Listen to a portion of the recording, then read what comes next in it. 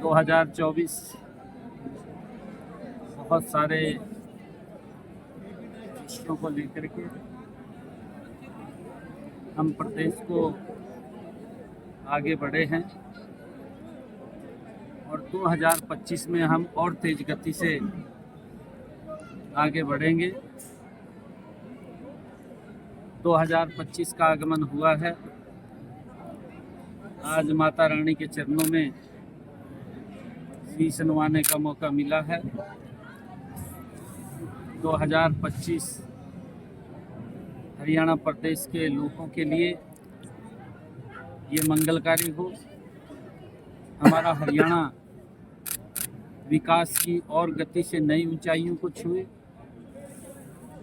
हर पूरे प्रदेश के लोगों के स्वास्थ्य की, उत्तम स्वास्थ्य की माता रानी के चरणों में मैंने प्रार्थना की है और हम मिलकर के हरियाणा प्रदेश को गति से आगे बढ़ाने का काम आदरणीय मोदी जी के नेतृत्व में करेंगे।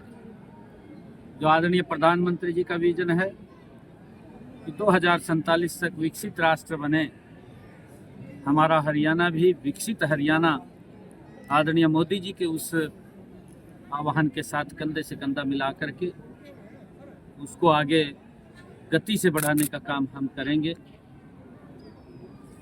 जो हमने वायदे किए हैं अपने संकल्प पत्र में, हमने बहुत सारे वायदों को लगातार हम पूरा भी कर रहे हैं और धीरे धीरे करके हम हर वायदे को पूरा करने का काम हमारी सरकार करेगी। हमने चाहे डायलिसिस की जो समस्या थी उसको फ्री किया है। हरियाणा प्रदेश के सभी सरकारी हॉस्पिटल, मेडिकल कॉलेज में हमने पट्टेदार किसानों की जो ज़मीन थी उनको मालिकाना हक देने का काम किया है। हमने 24,000 युवाओं को बिना पर्ची, बिना खर्ची के हमने जो शब्द कहे थे उसको पूरा किया है और उसके साथ साथ हमने और भी ऐसे कार्य कि हरियाणा प्रदेश विकास की नई ऊंचाइयों को छुए, उसको लेकर के हम गति से काम करेंगे। आज माता रानी के चरणों में आने का अवसर मिला है। मैं सभी प्रदेशवासियों के उत्तम स्वास्थ्य और हरियाणा प्रदेश के विकास की गति के लिए हमने कामना की है। 2025 के मैं सभी को बहुत बहुत बधाई देता हूँ, शुभकामनाएं। सीएम साहब, क्योंकि किसानों का मुद्दा लगातार एक चैलेंजिंग है सरकार के लिए भी, क्योंकि इस समय भी चल रहा है और 3 तारीख को एक बहुत अहम मीटिंग होने वाली है पंचकुला में, हरियाणा में भी। किस तरह से देखते हैं, किस तरह से, क्योंकि एक सरकार की तरफ से या कह सकते हैं किसानों की कोई मीटिंग को लेकर, क्योंकि जिस तरह से खनौरी में या फिर हरियाणा के किसान या पंजाब के किसान लगातार आपस में भी कोऑर्डिनेशन मीटिंग कर रहे हैं, लेकिन उनका कहना है कि सरकार की तरफ से, केंद्र की तरफ से किसी भी तरह का कोई बातचीत के लिए नहीं हो रहा, जिसको लेकर कहीं ना कहीं अब ये चैलेंज है। देखिए, माननीय सुप्रीम कोर्ट ने एक कमेटी बनाई हुई है जो लगातार किसानों के संपर्क में है, उनसे बातचीत कर रही है और माननीय सुप्रीम कोर्ट उसको फॉलो कर रहे हैं। हमने हरियाणा के किसानों की 100% फसल एमएसपी पर खरीदने का निर्णय किया है और हम खरीद रहे हैं। 14 फसलें हम पहले ही खरीद रहे थे, हमने अब 100% फसल खरीदने का निर्णय हमने किया है। विधानसभा के अंदर हमने अभी पिछले दिनों नोटिफिकेशन हुआ है, किसान को ये गारंटी दी है कि उसकी 100% फसल हम एमएसपी पर खरीदेंगे।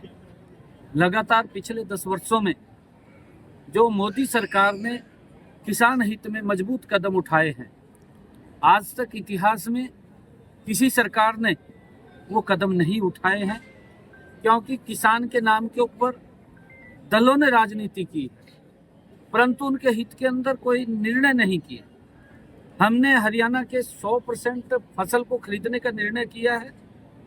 पंजाब के अंदर भी, हिमाचल के अंदर भी, कर्नाटक के अंदर भी, तेलंगाना के अंदर भी कांग्रेस की सरकार है और आम आदमी की सरकार है।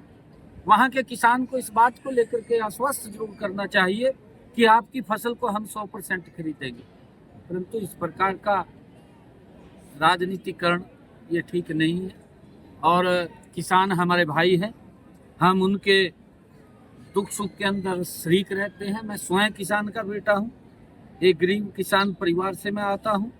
मुझे मालूम है किसान की समस्याएं क्या हैं।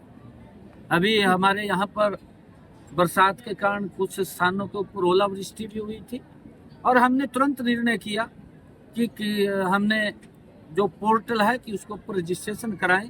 अगर किसी किसान का कोई खराबा हुआ है तो हम उसका मुआवजा देने का भी काम करते हैं और लगातार कर रहे हैं। मैं ये भी देखता हूँ कि हमने पिछले 10 वर्षों में अगर हमारे हरियाणा के किसान की फसल का खराबा हुआ है 13,500 करोड़ रुपया किसान के खाते के अंदर पहुंचाने का काम हमारी सरकार ने किया है।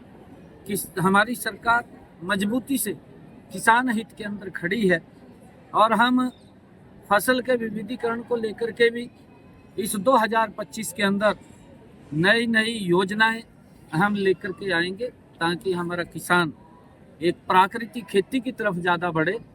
और किसान क्योंकि खर्चे वाली जो ज़्यादा जैसे धान की फसल है उसके ऊपर पानी का बहुत ज़्यादा हमें देना पड़ता है, दबाव रहता है, परंतु वो दबाव पानी का कम हो उसको लेकर के भी हमने पीछे भी ये योजना बनाई थी कि जो विभिन्न हमारी फसलें हैं उन अगर वो धान से अलग फसल बोता है तो उसको हम इंसेंटिव भी देते हैं, वो भी देने का काम कर रहे हैं और आगे भी उसको देने का काम हमारी सरकार करेगी। हमसे जुड़े रहने के लिए हमारे YouTube चैनल को सब्सक्राइब करें और नई वीडियो की नोटिफिकेशन के लिए बेल आइकॉन को दबाएं। अगर आप ये वीडियो Facebook पर देख रहे हैं तो लाइक जरूर करें और ज्यादा से ज्यादा शेयर करें। धन्यवाद।